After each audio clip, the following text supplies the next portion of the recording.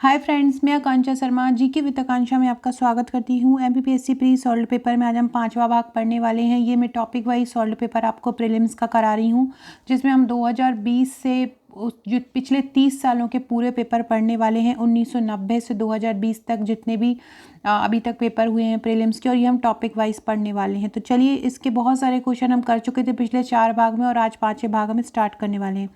Friends, अगर आप MPPSC pre की तैयारी कर रहे हैं और आपने हमारी रामबाण टेस्ट सीरीज़ नहीं ली है तो आप ये ले सकते हैं। 50 टेस्ट हैं, 5000 वस्तुनिष्ठ हैं। टॉपिक वाइज ये टेस्ट कवर किए गए हैं। जैसे कि रोबोट कोई टॉपिक है आपके में यूनिट 9 में, तो रोबोट टॉपिक से संबंधित प्रश्नों को कवर किया गया है। ऐसे ही पर्यावरण, जैव विविधता, इन प्रश्नों को कवर किया गया है। तो इस प्रकार से आप इसको लगा सकते हैं। यूनिट वाइज आपको ये मिलेंगे। ऐसे ही आप मेरे प्रीलिम्स का नोट्स भी ले सकते हैं। 12 बुकलेट मिलेगी। आप ये पहले नोट्स पढ़िए, फिर वो टेस्ट लगाइए। रामबाण टेस्ट सीरीज़ दोनों की हार्ड कॉपी आपके घर पर पहुंच जाएंगी। इसकी सॉफ्ट कॉपी भी आप ले सकते हो। 2017, 18, 19, 20 का हम कर चुके, तो आज हम 2016 का करने वाले हैं। पहला क्वेश्चन है, निकोलो कॉन्टी कौन था? निकोलो कॉन्टी कौन था? प्रसिद्ध चित्रकार, इटली का यात्री, पुर्तगाली यात्री या ईरानी यात्री? तो निकोलो कॉन्टी जो था वो इटली का एक यात्री था जिसने विजयनगर साम्राज्य की यात्रा की थी। तो याद रखिएगा, निकोलो कॉन्टी कौन था? निकोलो कॉन्टी इटली का यात्री था। इनके बारे में पढ़ लेते हैं। तो निकोलो कॉन्टी इटली का यात्री था। इसने देवराज द्वितीय के शासनकाल में विजयनगर साम्राज्य का दौरा किया था। ये क्वेश्चन बहुत इंपॉर्टेंट है। निकोलो कॉन्टी किसके शासनकाल में भारत आया था? तो ये आया था देवराय द्वितीय के काल में। किसके काल में आया था? देवराय द्वितीय के काल में ये भारत आया था। निकोलो कॉन्टी इटली का जो एक यात्री था। विजयनगर साम्राज्य की इसने यात्रा की। उस समय विजयनगर साम्राज्य का शासक कौन था? देवराय द्वितीय था। उसने ट्रेवल्स ऑफ निकोलो कॉन्टी नामक पुस्तक में इस यात्रा का वर्णन किया है। कौन सी में? ट्रेवल्स ऑफ निकोलो कॉन्टी में। अगला क्वेश्चन है, शेरशाह का मकबरा कहाँ है? तो शेरशाह का मकबरा है सासाराम। शेरशाह सूरी का मकबरा बिहार राज्य के सासाराम में है, और यह जो मकबरा है वो इस्लामी वास्तुकला का उदाहरण है। किसका उदाहरण है? इस्लामी वास्तुकला का उदाहरण है। और जो शेरशाह के मकबरे को आपसे पूछे डिज़ाइन किसने किया था, तो मीर मोहम्मद अलीवाल खान द्वारा इसको डिज़ाइन किया गया था। किसने किया था? मीर मोहम्मद अलीवाल खान ने इसको डिज़ाइन किया था।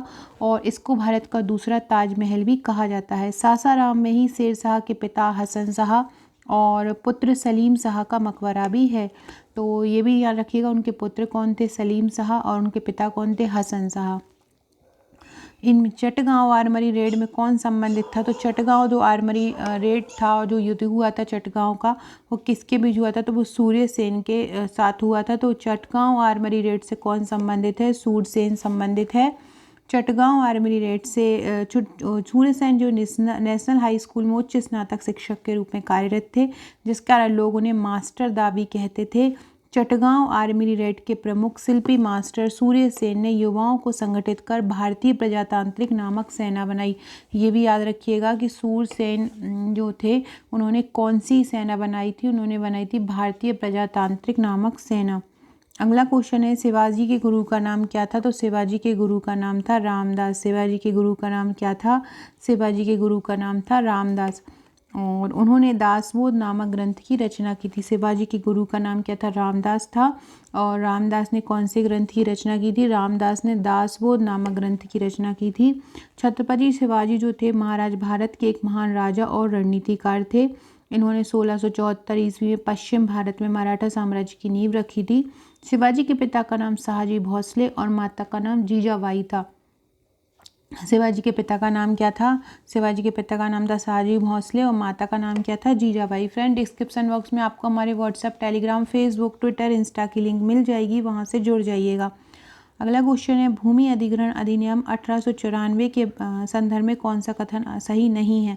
तो 1894 के बारे में पूछ रहे हैं, तो इसको ब्रिटिश शासक ने बनाया था। ये बिल्कुल सही है। 1894 का जो अधिनियम है ब्रिटिश शासक ने बनाया था, और यह भारत की संसद के एक अन्य अधिनियम द्वारा प्रतिस्थापित किया है। ये भी सही है। इसका क्रियान्वयन विवादित हो गया था। ये भी सही है। लेकिन इसका उद्देश्य भारत में भूमि सुधार प्रक्रिया को बढ़ाना था। ये सत्य नहीं है। बल्कि यह किसानों की भूमियों के जबरन अधिग्रहण को बढ़ावा देने वाला था, सुधार करने वाला नहीं था।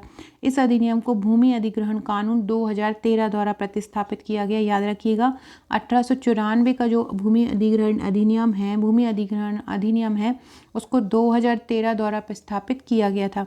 बेवेल योजना किस वर्ष आई थी? तो लॉर्ड बेवेल जो भारत के गवर्नर थे, इनको 1945 में इन्होंने एक योजना निकाली, उसको बेवेल योजना कहा जाता है। 1945 में आई, तो बेवेल योजना 1945 में प्रस्तुत की गई थी। तत्कालीन जो वायसराय थे बेवेल, भारत में व्याप्त गतिरोध को दूर करने के लिए मई 1945 में ये इंग्लैंड चले गए थे। यहाँ उन्होंने ब्रिटिश प्रधानमंत्री चर्चिल और भारत की मंत्री एमरी से भारत के बारे में विचार विमर्श भी किया था।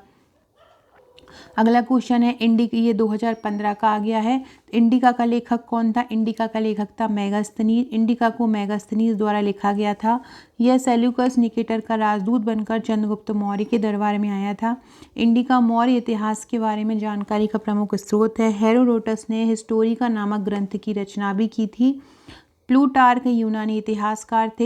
इनकी प्रमुख रचना पैरेलल लाइव्स और मोरालिया है। और जस्टिस लातनी भी एक इतिहासकार हैं। तो याद रखिएगा, इंडिका को लेखक कौन थे? मेगास्थनीज थे। और ये सेल्यूकस निकेटर के राजदूत था। और मेगास्थनीज किसके दरबार में आया था? ये चंद्रगुप्त मौर्य के दरबार में आया था। गुरु नानक ने अपना उत्तराधिकारी किसे नियुक्त किया था? तो गुरु नानक ने अपना उत्तराधिकारी गुरु अंगद को नियुक्त किया था। मतलब दूसरे गुरु कौन थे? सेकेंड गुरु कौन थे? तो वो थे गुरु अंगद। और गुरु नानक ने अपना उत्तराधिकारी किसको बनाया था? गुरु अंगद को ही बनाया था। और जो लंगर व्यवस्था आप सुनते हो वो इन्होंने ही चालू की थी। गुरु नानक ने अपना उत्तराधिकारी अंगद को नियुक्त किया। सिख धर्म के संस्थापक थे गुरु नानक, और ये पहले गुरु भी थे। गुरु नानक ने लंगर प्रथा को आरंभ किया था और जिसको आगे बढ़ाया था अंगद ने। गुरु अंगद सिख धर्म के दूसरे गुरु थे। इन्होंने सिख धर्म की गुरुमुखी लिपि का आरंभ किया था। अंगद ने किस लिपि का आरंभ, ये भी क्वेश्चन आता है। गुरुमुखी लिपि का आरंभ किस सिख गुरु ने किया था? तो गुरु अंगद ने किया था। शाहनामा एक पुस्तक है। शाहनामा पुस्तक के लेखक कौन थे? तो शाहनामा पुस्तक के लेखक थे फिरदौसी। याद रखिएगा, शाहनामा किसके द्वारा लिखी गई थी? शाहनामा फिरदौसी के द्वारा लिखी गई थी। और यह एक फ़ारसी ग्रंथ है। इसमें ईरानी अरबी फतह के पूर्व के शासकों का जीवन चित्रण किया गया है। अलबरूनी जो था वो एक फ़ारसी विद्वान था। इसने किताबुल हिंद या तहकीक हिंद नामक रचना की। उत्वी जो था उसने किताबुल यामनी की रचना की। उत्वी ने किसकी की? किताबुल यामनी।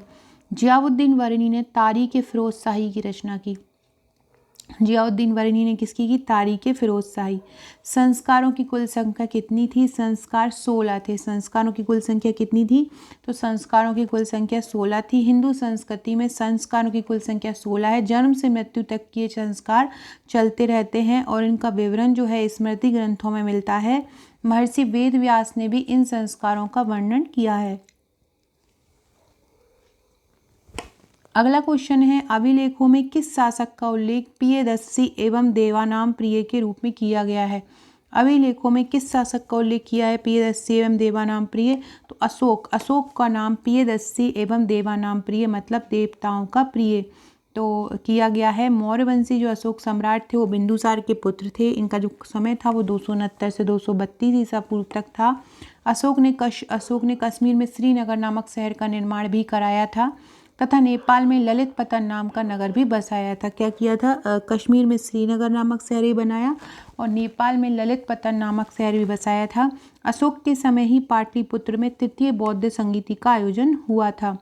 चंद्रगुप्त मौर्य ने मौर्य वंश की स्थापना की। इनका शासनकाल 322 से 298 ईसा पूर्व था।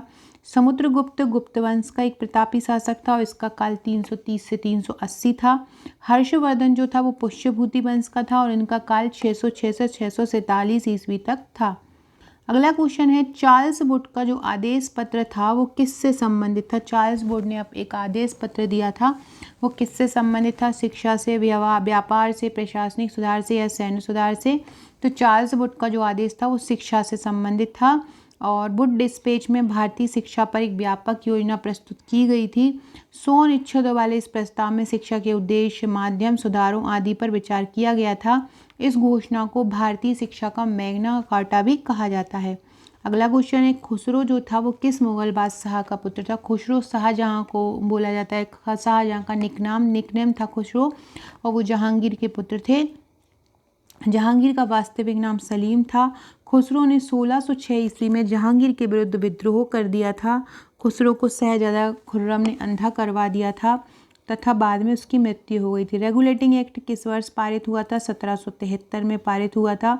इस अधिनियम द्वारा बंगाल के गवर्नर को जो बंगाल का जो गवर्नर था, बंगाल गवर्नर जनरल नाम दे दिया गया था, और प्रथम गवर्नर जनरल जो था वो वॉरेन हेस्टिंग्स था। तो फ्रेंड्स, ये थे हमारे आज के क्वेश्चन। अगर वीडियो अच्छी लगी हो तो लाइक शेयर सब्सक्राइब जरूर कीजिएगा। टेलीग्राम व्हाट्सएप से जुड़ जाइएगा। Okay friends, thank you.